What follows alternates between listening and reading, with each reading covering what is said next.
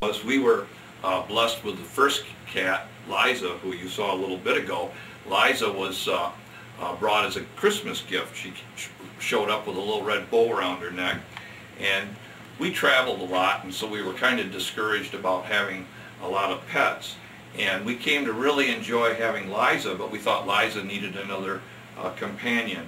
And what happened was we were asked to do one of the home tours here in Monroe, and we were walking by Dr. Beatty's house on Macomb Street, and sure enough, when we came to the corner of Macomb and Noble, this little kitten jumped out and started talking to us.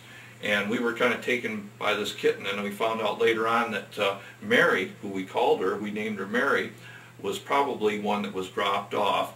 And when we took her to the veterinarian, we found out that she'd had some damage to her back, and also some of her teeth were cracked. So she may have been dropped off by someone out of a car or something. And so we brought her here, and now she's part of the family, but she's kind of camera shy, as you can see. She's not one to be as sociable as Liza is, but we named her Mary, as we did Liza, for the domestics that used to be here in Monroe that took care of the Custers and cleaned the house. And so we can't get them to really clean the house. They shed a lot, and they're ones to make messes here for us, but by and large they're like our children. As anybody who has pets knows that they bring a lot of joy to your life.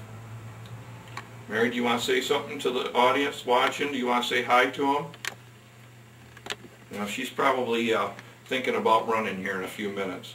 She's one of our more shy parts of the family. She's going to be, I think she's probably going close to about 7 or 8 years old now, and she's a real joy to us.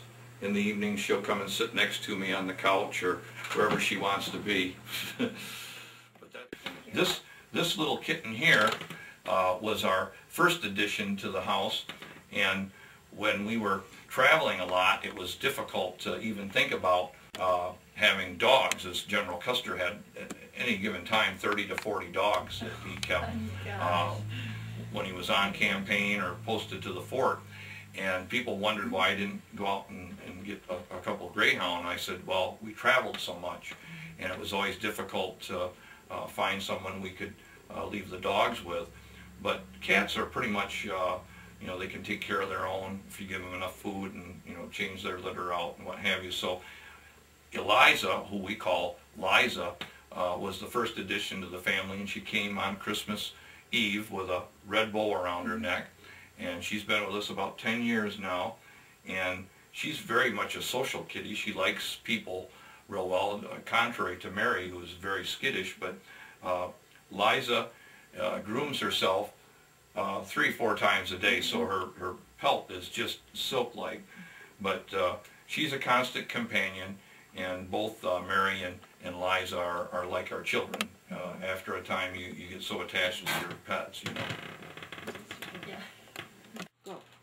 The dogs on the Civil War desk, and this is General Custer's original Civil War desk, represent all of the dogs the Custers had, and they named their dogs by names such as Tuck, Lady, Swift, Kaiser, Blucher, Maida. These were all dogs that he collected from the time he was stationed down in Texas. The majority of them were greyhounds and staghounds. He had some beagles, and they were all hunting dogs, and he would take them on campaign. And the 4 that he had with him at the Battle of Little Bighorn was Tuck, Swift, Lady, and Kaiser. And these dogs were constant companions and traveled with them throughout the West. Oftentimes would come back east in his travels back east.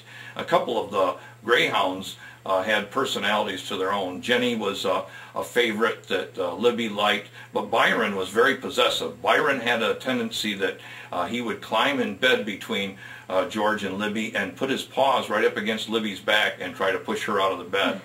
But the dogs were great companions. They were on campaign, and they hunted along with General Custer. He was known to do a lot of hunting.